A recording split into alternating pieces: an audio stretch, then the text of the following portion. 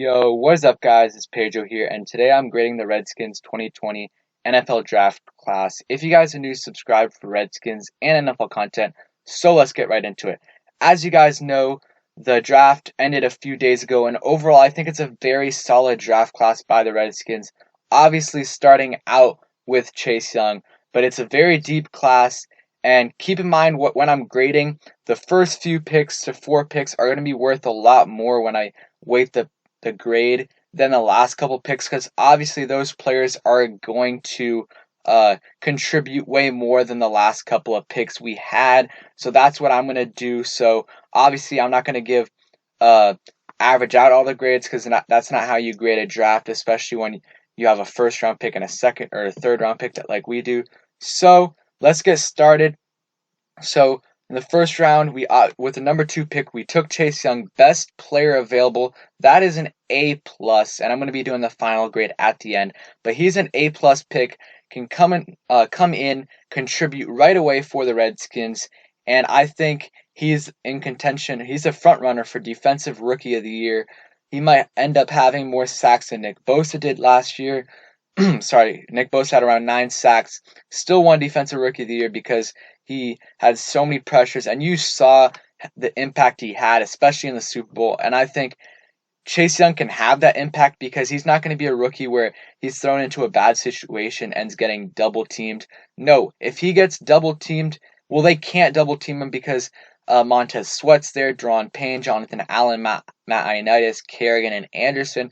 So they're not going to be able to double team him every time. And if they do, Montez Sweat and all those guys are going to get so many sacks. So I think overall, I'm not going to go too much in depth about it because we all know how good Chase Young is. But that's an A plus pick, and it's going to be a perennial All Pro to Pro Bowl talent if he stays on track and does everything he's supposed to do. And if he does that, then this class is an A draft class. And also, I made an article, so that's in the description on the Redskins draft class.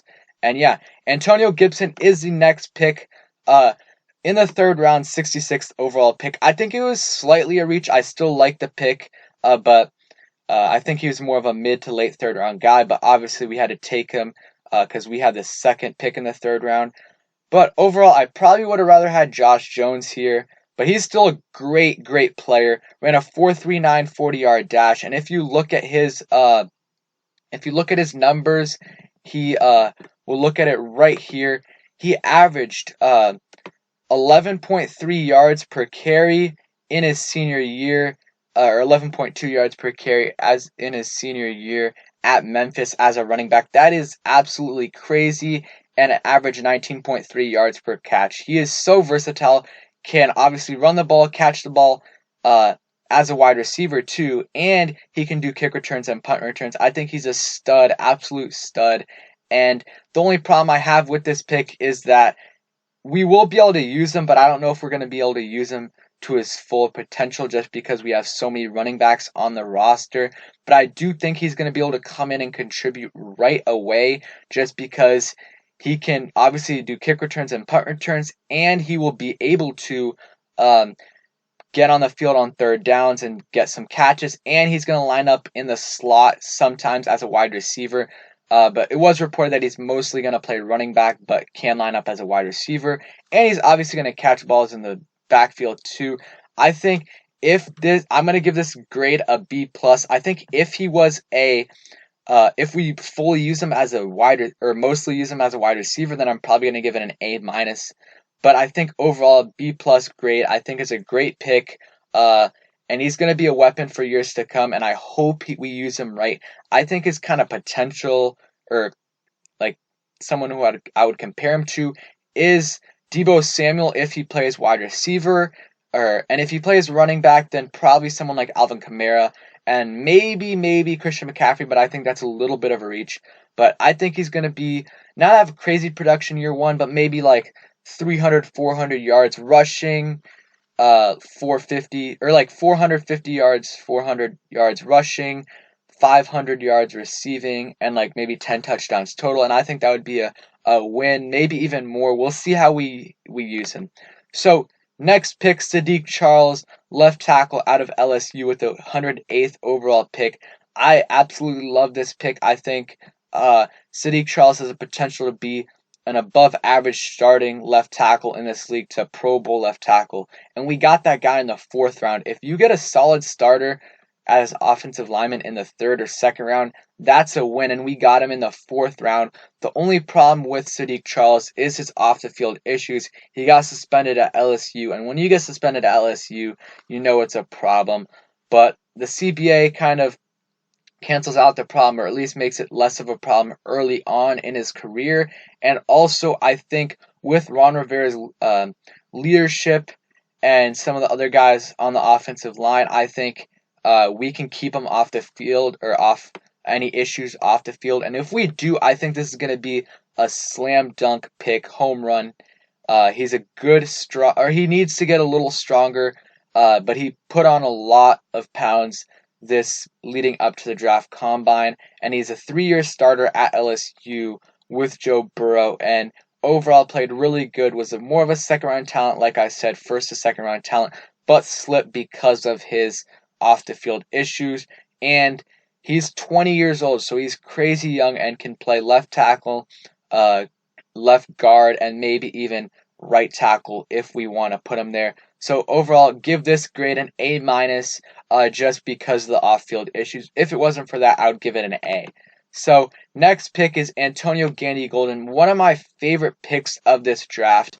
6'4", 220 pounds, and crazy receiver, crazy good wide receiver. And I think why I like this pick so much is because it's a perfect fit for our system, because he is a big wide receiver, really what we needed, because we got that slot receiver in Sims, and now possibly a bit of that in Gibson. We got that number 1 receiver in Terry, and now we just needed that big target down the field. And Harmon still can be that, but I think Gandy-Golden might start this year in Harmon's place. We'll see. I think they might split the reps, or maybe Harmon will start in the beginning of the year. But I love this kid. Last year had 13 or almost 14, pretty much 1,400 yards, 17.7 yards per catch, and 10 touchdowns at Liberty. Liberty isn't great competition. Same with Antonio Gibson at Memphis, but he still played good against elite competition. When they played against UVA and these other teams, he still played really well. And same when he performed at the Senior Bowl. I think this is an A+ grade right here. Really, really solid wide receiver, and we got him in the late 4th round, and he was projected to be late 3rd to early 4th. Daniel Jeremiah had him as a steal of the 4th round, best value pick. So I'm not going to take too long, but I will be doing in-depth analysis of some players, so let me know which player you want me to do. So next pick, this is one of the picks I did not really like. I mean, it makes sense. We picked Keith Ismael with the 156th pick. This is a pick we got from the 49ers. I think he's a solid player. He can play both guard positions and center. The only problem I just didn't like is that we could have gone one of these guys later in the rounds, and there was still some good players available, and I think we needed to address the secondary or tight end. So that's the only reason I'm going to give this grade a B-. I don't want to go too in-depth because I don't want to make the video too long, but he's a good character guy, played a block for some great runners at San Diego State, somewhat athletic, and I think that he might be able to become a starter after a few years, and maybe even year 2, depending on what happens with Chase Roulier, because he is a free agent after this year. Overall, though, not anything special, and I think it was not necessarily a reach, but I don't think we needed to draft someone or a center at this high of a pick. I would have liked cornerback or maybe even tackle at this position, but not a bad pick. Khaleke Hudson, next pick. I think he's a very versatile player. That's what Ron likes. If you look at all these players that we've drafted, they are all versatile players, except for Antonio Gandy-Golden. But he last year as a senior at Michigan had 101 total tackles, 3 tackles for a loss, 1.5 sacks as a linebacker, and 3 pass deflections. But he can kind of be that box safety. That's what he did in his first 2 years at Michigan. And he still lines up in the safety position, free safety, strong safety, and sometimes even cornerback. I think he's a solid guy.